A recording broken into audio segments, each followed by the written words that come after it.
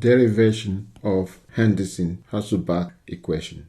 If you have a weak acid dissociating into H plus and its conjugate base, the Ka expression is H plus concentration times A minus concentration divided by HA concentration. This is the weak acid, that's the conjugate base, and this is the H plus. Weak acid will only partially dissociate, so we have a large concentration in the solution. At the same time, we want to have a large concentration of A minus in the solution. If I rewrite this equation by writing the H plus concentration times A minus concentration over HA concentration, still the same thing. Okay, so let's call this concentration of A minus over concentration of HA, let's call that concentration of D. So I'm going to replace this with concentration of D. I'm going to use a product, log of a product. If you have a product means times. A times B, if I take a log of that, that will be equal to log of A plus log of B. So that's what that meant. I can do the same for a quotient. Quotient means divide. If I take a log of A over B, that will be equal to log of A minus log of B. But before I take my log, I need to rewrite Ka.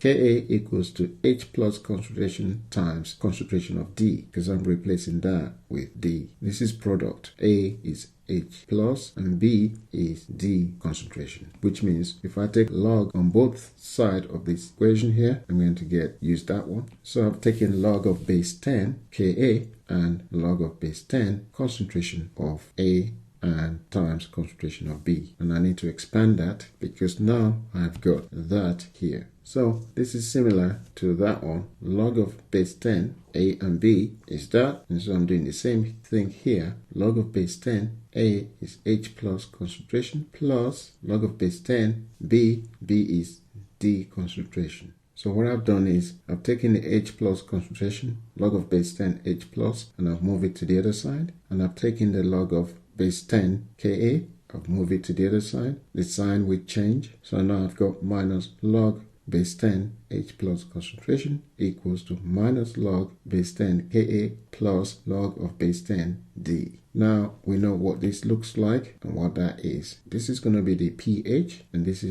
will be the pKa. So I've now arrived at Pa equals pKa minus log of base 10 concentration of A minus divided by concentration of HA. This is what we call the Henderson-Hasselbalch equation for buffer solution. So this is the pH of a buffer solution where the pH equals pKa plus log of base 10 concentration of A minus divided by concentration of HA, the weak acid, and the salts. Note, when using log of base 10 can also be written as log or Lg. All means the same thing. We can also write the A minus as concentration of salt over concentration of acid, so you might see this as the same thing. Or you might see it as pH equals pKa plus log of base 10 with the concentration of base over concentration of acid. Again, same thing. It's just that it's been presented in different ways. But this is the best way to present it. But you might see it presented like that. That just meant the salt of that. And this is a weak acid. This is the weak acid. And that's the base.